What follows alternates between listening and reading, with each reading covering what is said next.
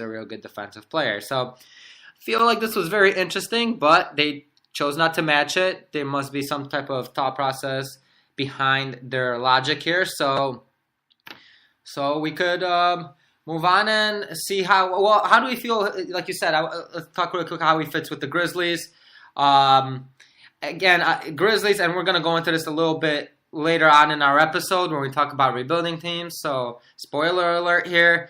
I don't know how I feel he'll probably fit their team well. They need another wing player there who could defend the ball. It really fits their team model, their team chemistry. They're a very good defensive team. They've been a very good defensive team.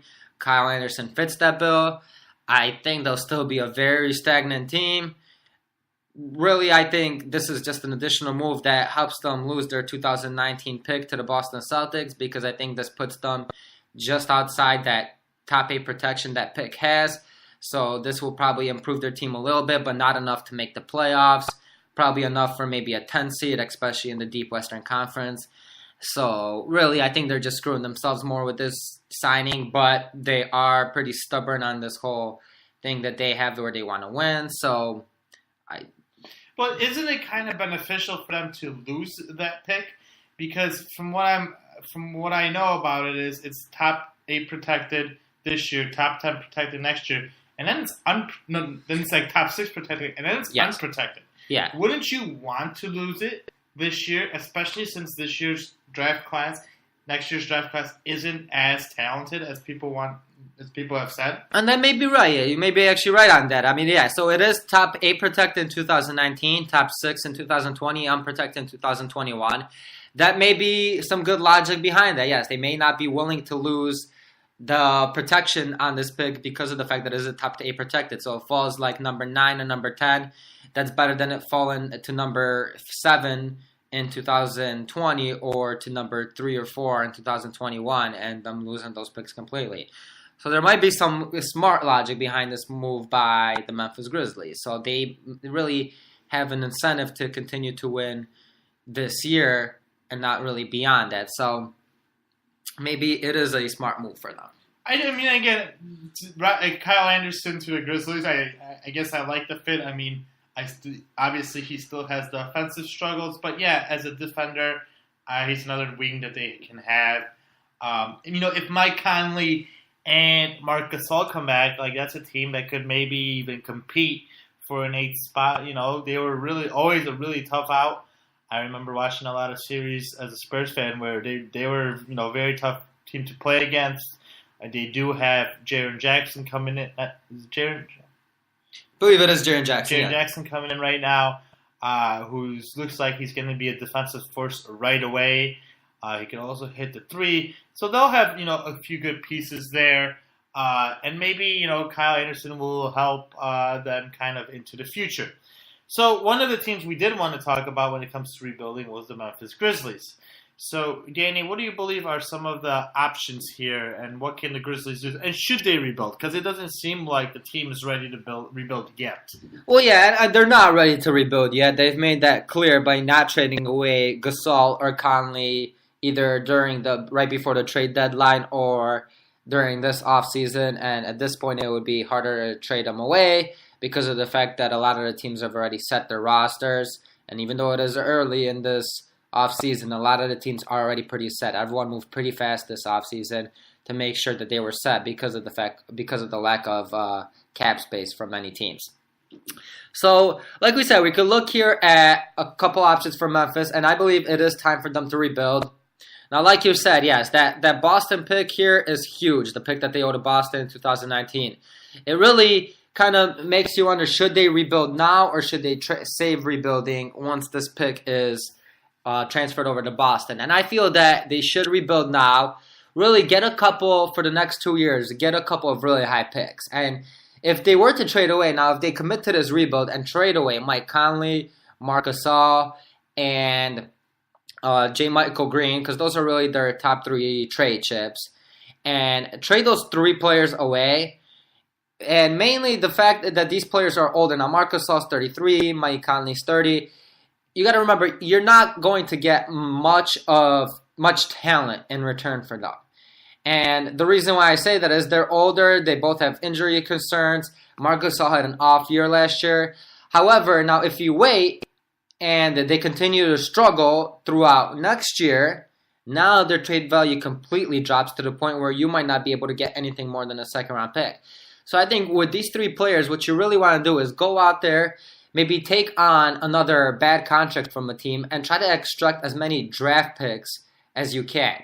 Now, maybe if these teams do have some young talent, some players that maybe fit the bill of players who have young talent who has struggled but might be able to rebuild their reputation when given more playing time, then you go and pick these players up. So, for example, a perfect fit, or actually a good fit, I shouldn't say a perfect fit, but a good fit for Mike Conley, I feel would probably be the Detroit Pistons. And I think they'd be the only team at this point crazy enough to take on Mike Conley's contract, which I believe has either 2 or 3 years at about $30 million a year. And the Pistons just went out and got themselves Blake Griffin, who's got a pretty highly paid contract too. And Drummond is paid highly. So really, they're not going to find any cap space over the next few seasons. So this gamble, I believe, would be worth it for them. Now, what they could give up for him could be a Reggie Jackson, who's their starting point guard now, but hasn't really lived up to his hype. A couple of young players like Stanley Johnson, who's been in the league, I believe, 3 years already, hasn't lived up to his reputation. A former first-round pick, hasn't lived up to his reputation. Maybe a change of scenery would do good for him. A player like Henry Ellerson, who is, again, another young player on that team, perhaps needs a change of scenery, perhaps not, hasn't really been given a lot of playing time quite yet. And a first-round pick, a future first-round pick. What do you feel that's good value for Mike Conley? Yeah, I mean, that's decent value because you're not going to get much else back. Conley's a really good player. I always really enjoyed watching him play. But, he was injured last year, and he's up there in age, and he's getting paid a lot of money. So for that fact, I would say, if that's what you're going to get in return, you make that deal.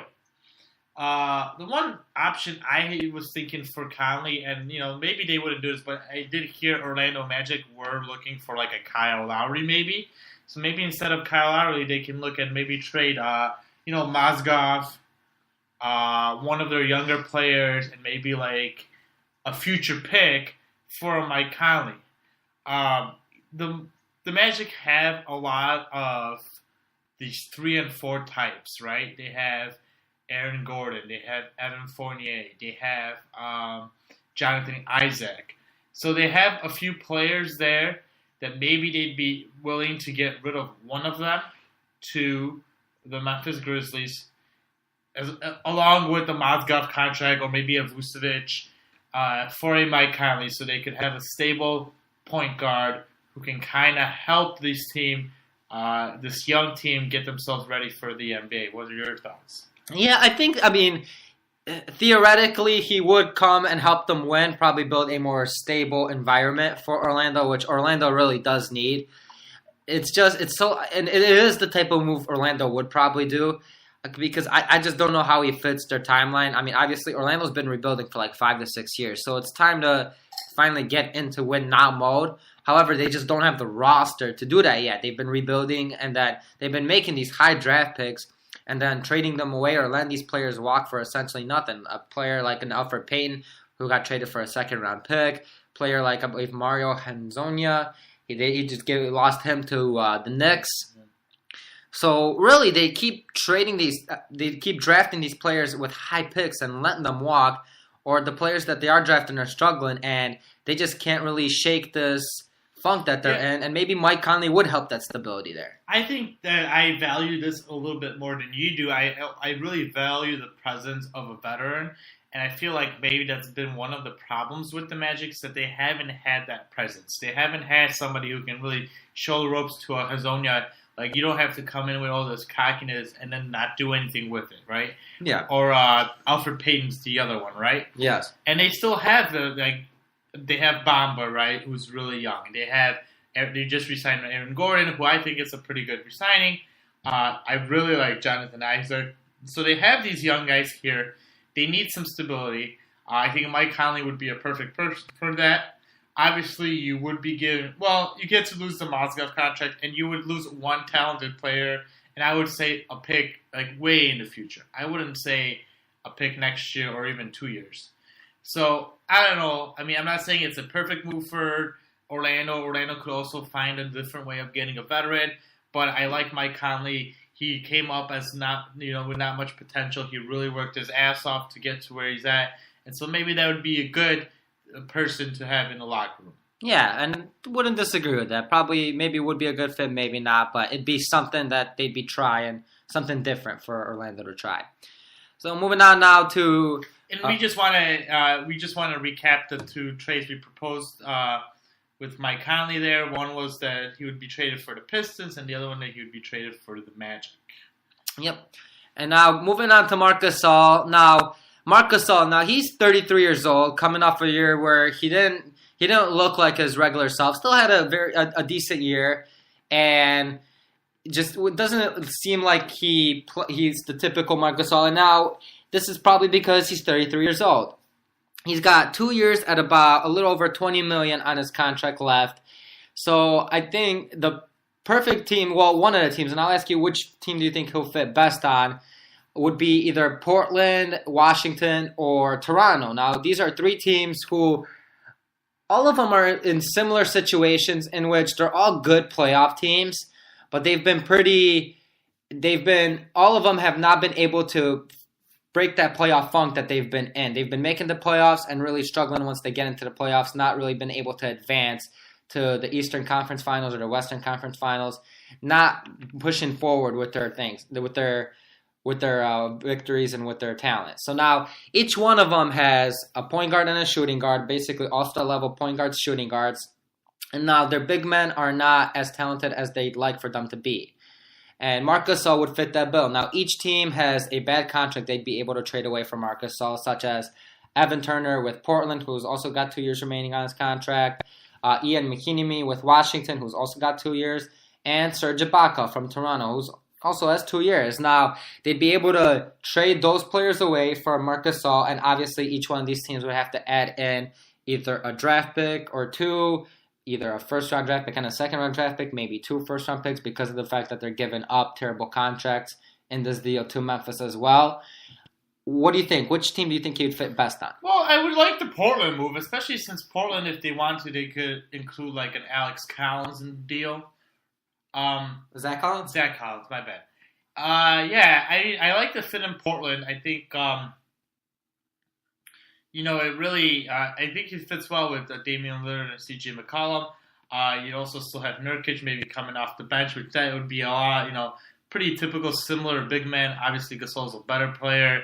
He's a better shooter, but him and Nurkic are kind of, built in the same mode. But I do like the fit there. I'd also like the fit in Washington. Washington maybe entice Memphis by adding a Kelly Oubre in the deal. Maybe they don't want to do that, but, I would like the fit there. I think it'd be a pretty dangerous pick and roll that John Wall and Marc Gasol can run, especially since Marc Gasol can step up. Obviously, Marc Gasol had a pretty down season last year, but I also think some of that was really that he wasn't very motivated to play well. He had issues with the coach. So I think if he would come back, he'd be rejuvenated. He still have a lot to offer for a team. He is 33, but 33 is not the end, right? Marcus Aldridge just got to the second All-NBA team. Probably had one of his best seasons he had at the same age. So he still has a couple years left in the NBA. He does, and he doesn't really base his game off athleticism as much as other players, which makes you kind of feel like he'll be able to play into his late 30s and play pretty decent, like his brother is doing with the San Antonio Spurs. I mean, his brother's 38, I believe, and still playing well. Not performing at an all-star level, but playing well. And Mark's always been the better defender, too. Yes, and I feel, and actually for me, I think the perfect fit for him would be Toronto, where he could go get traded for Serge Ibaka. Toronto could trade away a pick or two. And really, I feel like Toronto's been, Toronto was the number 1 seed last year in the Eastern Conference, took over Cleveland with that role, and then really struggled in the playoffs. However, now that LeBron James has gone to the West, I feel like this may be the year that Toronto goes all in, gets Marc Gasol, and really pushes to see whether they could take down Boston or Philly in a 7-game series, even if it is just 1 year, to see if they can make the finals. Really take that risk.